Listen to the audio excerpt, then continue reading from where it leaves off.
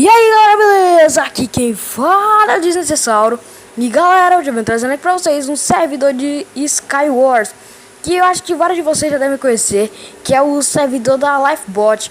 É um dos servidores mais conhecidos para Minecraft PE que já existiu praticamente, tirando o Hypixel. Mano, um servidor muito foda.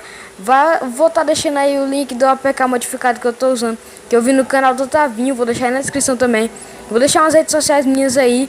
E galera, deem like nesse vídeo, se inscrevam porque o vídeo tá foda. E mano, eu vou deixar o canal de um amigo meu e de uma amiga minha aí na descrição, pra vocês passarem lá, darem uma curtida.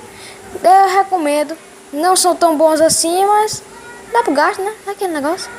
Dá like no vídeo, se inscreve e galera, o vídeo tá muito foda.